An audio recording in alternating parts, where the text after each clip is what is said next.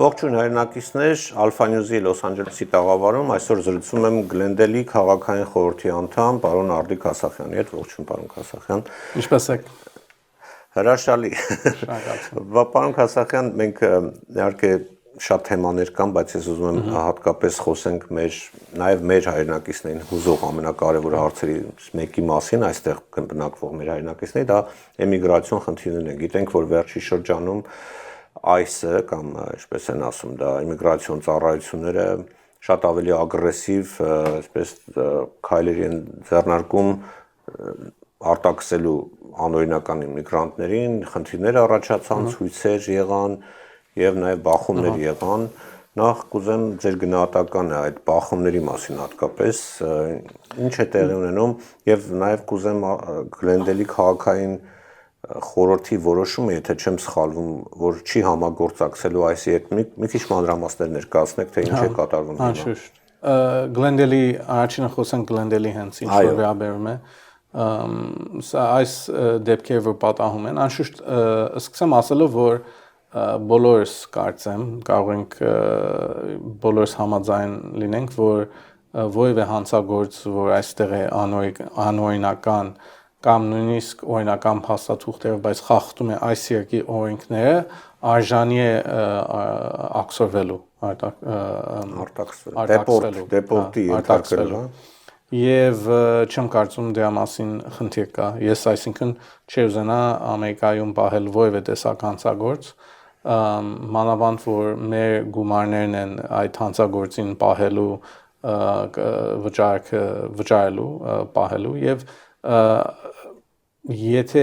այդ մոտեցումով էր լինելու այս բոլոր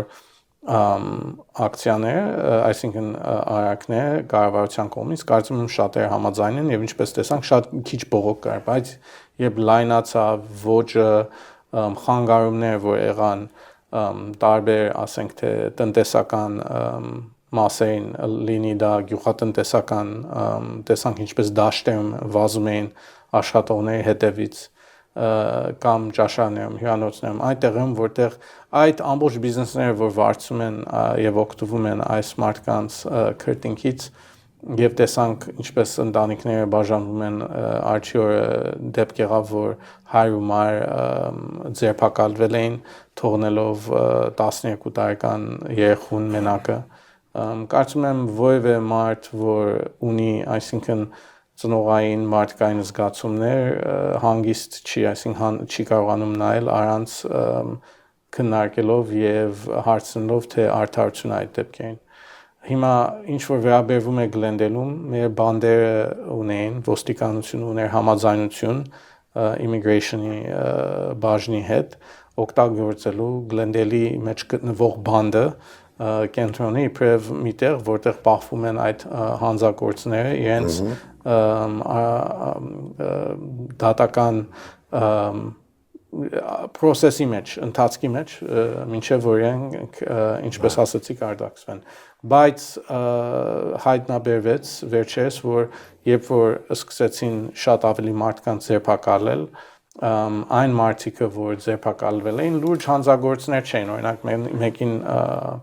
ձերբակալել էին, որ կինը քաղաքացի է, ունի Ամերիկայում զավակ, ըստ ինչ որ ես եմ հասկանում, ինչ տեղեկություններ մենք ենք ստացել, բայց որտեվ առանց փաստաթղթերի մտել է Ամերիկա, դա համարվում է իբրև հանցանք եւ պիտի երկրից դուրս հանվի։ Չեմ կարծում, որ որևէ մեկը կարծում է, որ դա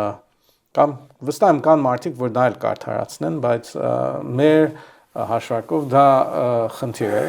Դրանից բացի տեսանք, թե ինչ տեսակ դեպքեր են լինում, այս տեսակ շատ violent ցույցեր, ինչպես հայերենով բռնություններ եղան, մեքենաներ արել, քարկոծել եւ այլն։ Դրա մասին կխոսենք, եւ մենք պարզապես Գլենդելում ոչ ունենք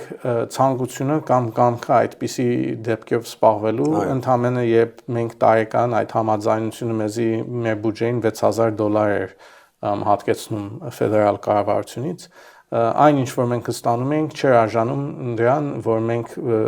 ինչ որ պիտի ինչ դեպքեր կարող էին լինել, որ կարող է շատ ավելի մեզի արժեր։ Բանտի օգտագործելու համար $6,000 էին տալիս ընդամենը։ Օրական բանդ օգտագործելու համար գումար էր հատկեցվում։ Այո։ Դուք հրաժարվեցիք դրանից։ Ինչպես թե։ Հրաժարվեցիք դրանից։ Այո, հրաժարվեցինք համաձայնություն։ Քաղաքը, այո։ Բայց իրավունքի տեսակետից ֆեդերալ իշխանությունը կարող է ձեզ պարտադրել դա։ Որ պետք է համագործակցություն, չի կարող։ Շատ լավ, հիմա դուք ես հասկանում եմ այսպես, որ դուք Եվ դա չի ասում, որ կարող ենք ապագայում նորից վերանորոգենք, պարզապես մենք ուզում ենք համագործակցենք մի ձևով, որ ապահով է պահում համայնքին եւ իմիջիալոց ուրիշ անգամներ եղել են, երբ կառավարությունը ֆեդերալ եւ կարող է հիմա էլ փոխվի այս նախագահության հետ, չգիտենք ինչը սպասենք, ինչը չսպասենք, բայց օրինակ պահանջներ կային անցյալում, որ երբ մեկին ձերբակալում ենք անպայման պիտի իրանց քաղաքացիությունը հարցնենք։ Իսկ խնդիրը դրա մեջ այն է, որ երբ մարդիկ սկսեն հասկանալ, որ եթե ոստիկանություն կանչեն մի բան տեսան, մի սխալ, մի հանցանք հանցագործություն ականատես եղան եւ իրենք ոստիկանություն կանչեն, նույնիսկ եթե իրենք մեղավոր չէին, բարձրապես տեսան իբրև ականատես եւ ոստիկանությունը պիտի սկսի քննարկել, եթե դու քաղաքացի ես կամ քաղաքացի չես, այն ժամանակ շատ ավելի քիչ մարդիկ կարող է տեղեկացնեն մեր ոստիկանությունը, թե ինչ է տեղի ունենում մեր համայնքում։ Դա մեր ոստիկանությունի հսկողությունից, մեր գլխավոր ղեկավարությանի կողմից ոստիկանությունից ասվեց, որ դա մեզի չի օգնում, որ մենք կարողանանք մեր աշխատանքը անել ավելի արդյունավետ, ավելի լավ, այսինքն effective ձևով։ Դրա համար իրենք էլ չեն ուզում գնալ եւ յուրաքանչյուր անձին, եթե կանգնեցնում են հարցնեն դուք քաղաքացի եք, օրինավոր այստեղ եք գտնվում կամ ոչ։ Հիմա այո, անորոշ վիճակ է Կալիֆոռնիայում, որտեղ շատ մարդիկ ասում են դե տասնյակ միլիոններ անօրինավոր ձևի մտել են, ինչու իրենք մտնեն, ինչու ուրիշներ չմտնեն։ Ես շեշտեմ, պարոն Սահակյան եւ ձեր հերոստատիտողներին հետևորդներին էլ, որ բոլորս կարծեմ գոնե ես ընդունում եմ եւ ուզում եմ, որ ամբողջ իմիգրացիայի համակարգը վերափոխվի ավելի հստակ ձևի, թույլ տանք այն արժանի անձերին, որ օրինավոր ձևի մտնեն Ամերիկա եւ նրանք, որ օրինավոր ձևի չեն մտել եւ արժանի են մտնելու, գտնենք օրինավոր ձևի հենց քաղաքացի դարձնելու։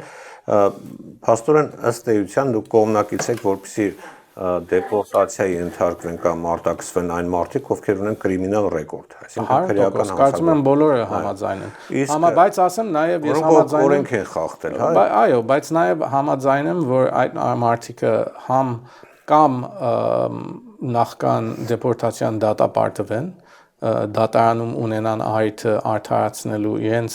դատը, ինչպես Ամերիկայի օրենքներն են թելադրում, Ամերիկայում բոլորը անմեղ են, մինչև կառավարությունը ապացուցում է, որ դուք մեղավոր ես։ Դա բուն սկզբնական ամերիկյան իրավունք է, որտեղ կառավարությունը ունի շատ ուժ, շատ կարևոր պարտականություններ։ Հիշենք, որ ոստիկանները միակ մարդիկն են Ամերիկայում, որ կարող են քեզի զրկեն քո ապրելու իրավունքից, կարող են քեզի սպանեն օրենքով, օրինավոր ձևով։ Ուրիշ ոչ մեկը չի կարող։ Մեծ ուժերով, կարևոր լայն ուժերով նաև գալիս է խորը պարտականություն, որ չօգտագործես այդ ուժերը դեպի սխալ նպատակների։ Ուրեմն մենք ունենք դատարաններ, ունենք դատավորներ, ունենք դատախազներ, եւ երբ մեկը դատապարտվում է, նաև պետք է կամ արտաքսվի այն երկրից, որ եկան, բայց ոչ ուրիշ երկրների բանտերում, ինչպես հիմա որ տեսնում ենք։ Եվ բարդ հարց է, ասեմ ես, իմիգրացիայի մասնագետ չեմ, ֆեդերալ իշխանությունը ինչ է ասում է, որ սահմանը ապօրինի հատելը դա հանցանք է։ Չէ, սա հանցանք է։ Ըստ էության ստացվում է, որ 11 միլիոն, չգիտեմ, քանի միլիոն մարդ է եկել վերջին 4 տարիների ընթացքում, բոլորը հանցանք են գործել։ Հիմա ինչպես վարվել այս դեպքում։ Դա է խնդիրը, թե ներում շնորհելը։ Որն է ավելի ձեռնտու եւ ավելի օգուտին Ամերիկային ձև գտնել, օրինակ նախկին 1996-ի օրենքի փոփոխումը Քլինթոնի ժամանակ, նախագահ Քլինթոնի ժամանակ քաղաքացի դառնալու համար, եթե դու անօրինավոր ձևի մտել ես Միացյալ Նահանգներ, որ նորից ասեմ, ես չեմ հորդորում կամ չեմ փորձում արդարացնել այդ արարքը, կարծում եմ սխալ է, Բայց եթե մտել էր այս երկրում, պետք քաղաքացի դառնալու համար դու պետք է ապացուցեր, որ ապրել էր Ամերիկայում առնվազն 7 տարի, երբեք չէր հանցագործություն կատարել, եւ նաեւ որ քո արտաքսվելը պիտի նեղություն պատճառեր քո հարազատներին։ Եթե ամուսնացած էր քաղաքացու հետ կամ զավակ ունեցար, որ օրենքով քաղաքացի էր ծնվելով Ամերիկայում, որ հիմա նաեւ դա են փորձում փոխել, այդ պատճառներով դու կարող ես դիմել քաղաքացիության այդ ճանապարհին մտնելով։ Այդ ամենը փոխվել է եւ կարծում ես հավատում եմ սխալ ձևով, որտեվ ամեն մի հանցագործի դեմ կա 3 կամ 4 ասենք թե անձ, եթե ոչ ավելին, որ չարաչար աշխատում է այսինքն մարդիկ գալիս են Ամերիկա երկու ձև կա սանալով մարդ կա որ ասում է մարդիկ գալիս են Ամերիկա ձրիակերությունով սպառվելու իսկ մարդ կա որ ասում է չէ գալիս են աշխատելու ես տեսել եմ երկուսն տեսել եմ դա բոլոր ազգերի մեջ նաև իմիջիայից մեր ազգի մեջ պետք է խոստովանել ես դրա համար ասացի տեսել եմ ամեն ազգի մեջ Եվ կարող եմ ասել, որ մենք ունենք սիստեմներ, պետք է մենք վերակառուցենք եւ նորոգենք սիստեմները, որ կարողանանք հասնել միտեղ, որտեղ մենք կարողանում ենք բերել բոլոր նրանց, որ ուզում են գալ Ամերիկա, հետևել մեր օրենքները, հնազանդ լինել մեր օրենքներին եւ ի վերջո ընդունեն եւ ոնց ասեմ, դառնան մեր արժեքների ինտեգրվեն եւ մեր արժեքները փաստորեն բարձր պահելով Այո տեսեք նաեւ մի բան իմաստ եմ ուզում ձեզ հարցնել այդ sanctuary city կամ state կոչված է այսինքն երբ որ ֆեդերալ օրենքներից պաշտպանված են նույն անօրինական միգրանտները դա մի կողմից բայց մյուս կողմից ինչ որ չափից շատ Նաև աչք ծակող, հա, օրինակ որ անօրինական միգրանտները պետք է ունենան բոլոր առողջապահական բենեֆիտները, օգնությունները, սա էլ է աչք ծակում, պատկերացրեք, ասենք Միացյալ Նահանգներում ծնված մեծացած մարդը ոչ մի բենեֆիտ չունի, ասենք առողջապահական։ Այդ բենեֆիտները վճարում է ամեն ինչի համար եւ հիմա ասենք Ուկրաինայից եկել է ինչ-որ մի ընտանիք, օրինակ եմ ասում, հիմա ուկրաինացիների դեմ չեմ ասում բայց ապրում է խոշ լավ հյուրանոցում,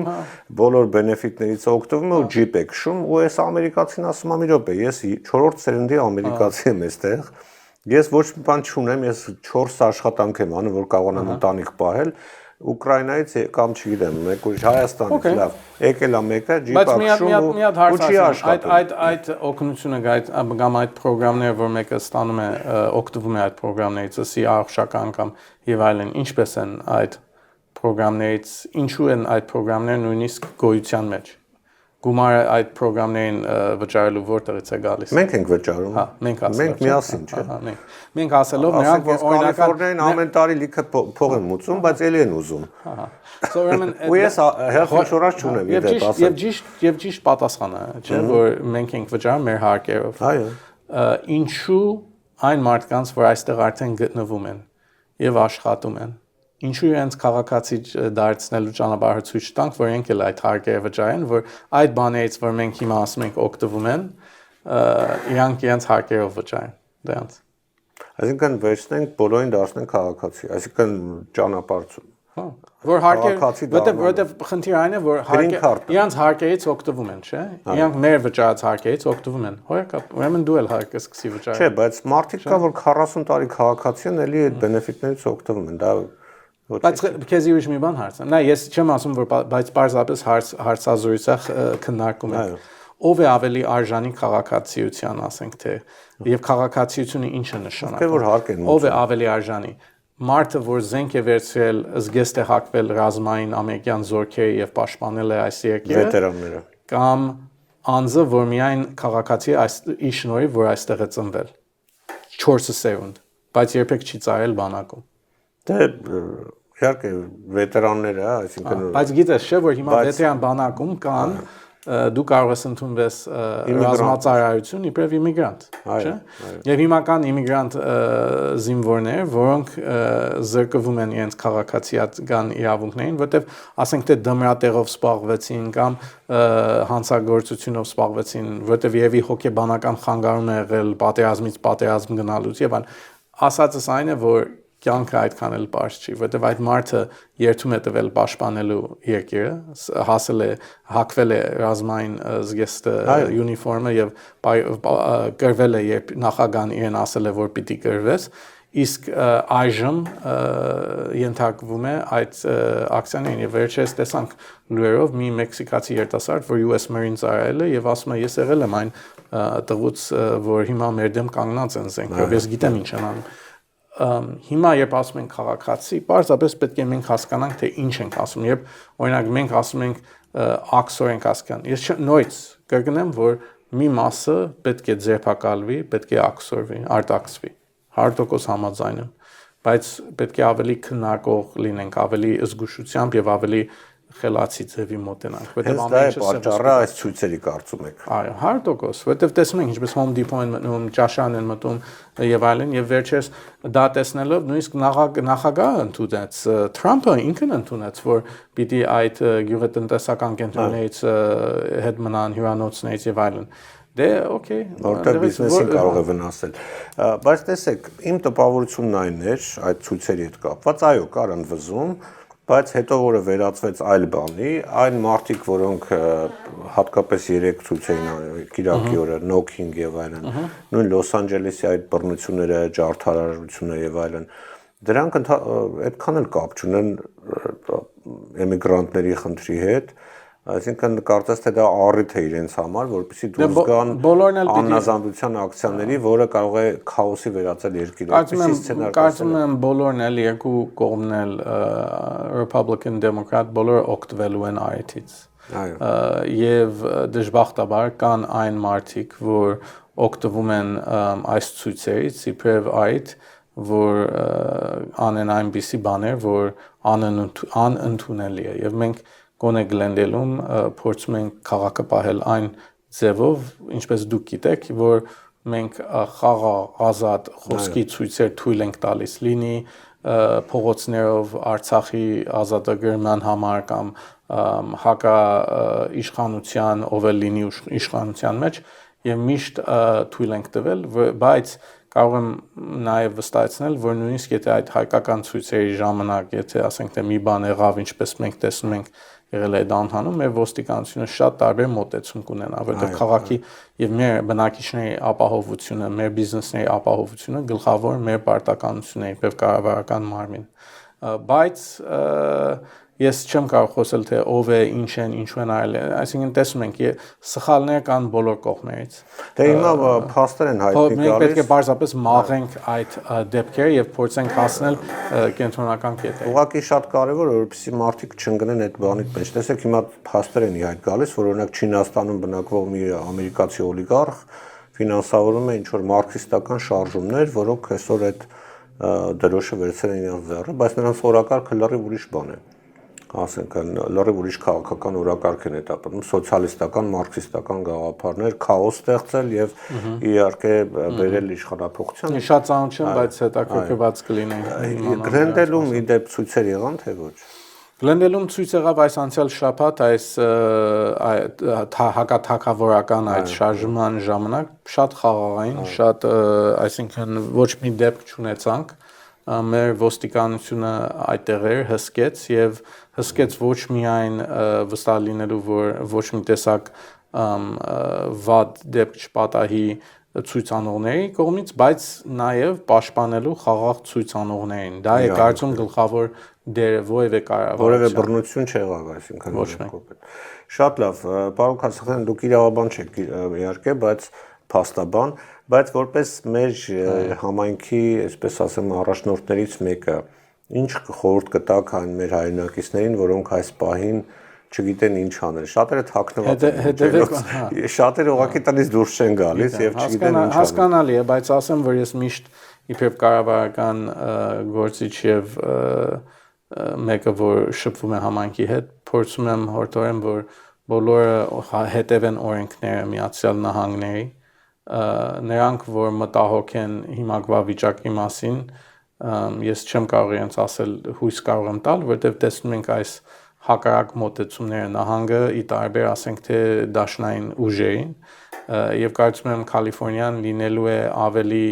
շատ միկրոսկոպի տակ, քան ուրիշ նահանգներ, որովհետեւ Թրամփի համար սա համարվում է իբրև դեմոկրատական կուսակցության ամրոց եւ ինքը ուզում է ինչպես շարունակ ցույց չեմ կարծում կարող է վերցնի, բայց վերջին ընտրությունները ցույց տվեցին, որ շատ քաունտներ շուռ եկան, շուռ եկան նայած, ես կարծում եմ, ես դրա մասին էլ կարող խոսանք, ես ինքս հավատում եմ, որ շատ ամերիկացիներ այսօր կան մարդիկ, որ Թրամփը ինչ էլ անի, պիտի հավատան, որ Թրամփը եւ իդեպ նրան մեծամասնություն ձայն տվեց հենց այն ամենի համար, հիմա ինչի համար որ մենք մեղադրում ենք այդ էմիգրացիոն քաղաքականություն եւ դեպորտացիաների համար։ Բայց ասեմ, որ մաս մը կա, ժողովրդի քավերակողների մի մասը հավատում է, որ լինի Թրամփը, բայց հատուկ Թրամփը, բայց նաեւ ասենք թե հանրապետական կուսակցությունը ինչ էլ անեն, երբեք մեղավոր չեն, երբեք սխալ չեն կարող անել։ Դեմոկրատական կուսակցության էլ մեջ նույնը կա, չէ՞, մարդիկ կան, որ մինչև այսօր կարող է փորձեն քեզի համոզել, որ Բայդենը վերջին քանի տարվա ընթացքում առողջությունը հոյակապ էր, ոչ մի տեսակ սխալ բան չկար, դեմոկրատները եւ այլն։ Դա ամեն մեկը ունի իր զորքերը, ասենք թե քվեի։ Բոլոր ընտրությունները Ամերիկայում վերջին քանի տարվա, վերջին 16 տարվա ընթացքում որոշվել են այդ միջին մասնով, որ կարող է կամ դեմոկրատ քվեարկի կամ ռեփաբլիկան։ Եվ ես կարծում եմ, որ շատ բան տարբերվեց այս շատ ազդեց այս վերջին ընտրությունին ամենօրյա կյանքի գինը եւ արժեքները, բարձրացում ասենք թե ամեն ինչից հավկիթներից սկսած բենզինից վարձերից։ Եվ ինչպես ասվել է նախկին ընտրությունների ժամանակ, it's the economy stupid, չեմ հիշում որ նախագահական տեխնազոները որ դա ասեց, բայց ասելով որ տնտեսական կյանքը վիճակը ամենակարևորն է։ Ուրեմն դա ասելով, եթե այսօր կամ 3 տարուց հետո կյանքի որակը չլավանա այն բաները որ խոստացվեց, շատ հեշտությամբ, ես օրինակ ինքս արդեն հավատում եմ կուշակում եմ, որ այս հաջորդ ընտրություններին դեմոկրատները կվերցնեն ոչ թե սպիտակ բան, բայց կոնգրեսական պալատը, ներկայացուցիչների պալատը, չեմ կարծում սենատը կարող է մի քիչ ավելի դժվար լինի, որտեղ դա կախված է ընդհանուր նահանգի քվեներով, բայց նույնիսկ կարող է փոփոխություն լինի սպիտակ դան մեջ, որտեղ հիմա Թրամփի մարդիկ կան, որ ասում են Թրամփը կարող է 3 անգամ փորձի ընտրվելու, ես կարծում եմ դա սխալ քայլ կլինի համ իր կողմից, համ ամբողջ ամերիկյան քվեարկողների կողմից, եթե ինքը փորձի վերընտրվել եւ վերընտրվեց, բայց ես ինքս հավատում եմ, որ այդ միջին մասը, որ դուք ասացիք, կարծեմ չեզոք եւ այլն, կամ ոչ ինդիպենդենտները, շատ ավելի բաներ են որոշելու եւ հիշենք, որ այդ ինդիպենդենտները քվեարկում են իրենց դրամաբանակներով։ Այո, կարծում Թրամփի համար ճակատագրական որոշումը հիմա է կայացնելու ինքը իր ապագայի մասին, կախված թե ինչպիսի որոշում Իրանի հարցում։ Հետաքրքիր մի ուրիշ իրականություն կա երկու կուսակցությունների միջև, իմ կարծիքով, Republican հանրապետականները ընդհանրապես նայում են Ամերիկայի անցյալը եւ նայում են իբրև ավելի ռոմանտիկ, ավելի, այսինքն sense իդեալ ձևով ասելով թե մենք պետք է վերադառնանք մեր այդ անցյալին, արժեքներին եւ այլներին, իսկ դեմոկրատները նայում են թե ինչպես կարող են փոխել, ասենք թե ապագան ավելի լավացնել, հիմակվա վիճակը լավ չի, մենք կարող ենք ձգտել ավելի լավին, ասենք թե առողջ ապագան եւ այլն։ Եվ պահպանող։ Բայց հետաքրքիր է, որ երկուսն էլ համաձայն են, որ հիմակվա վիճակը լավ չի։ Մեկ ուզում է վերադառնալ անցյալին, մյուսը ուզում է փոխել դեպի տարբերություն, իսկ մենք պետք է գտնենք նրանք, որ կարող են մեր հիմակվա հարցերը լուծել եւ գտնել ձևը ինչպես կարող են լուծվելու։ Եվ հուսանք այդպես էլ կլինի։ Շնորհակալ եմ Պարոն Կասախյան հետաքրքիր զրույցի համար։ Սիրելի հայրենակիցներ, իմ զրուցակիցը Գլենդելի քաղաքային խորհրդի անդամ Արտաշես Կասախյանն էր։ Շնորհակալություն ուշադրության համար, կհանդիպենք։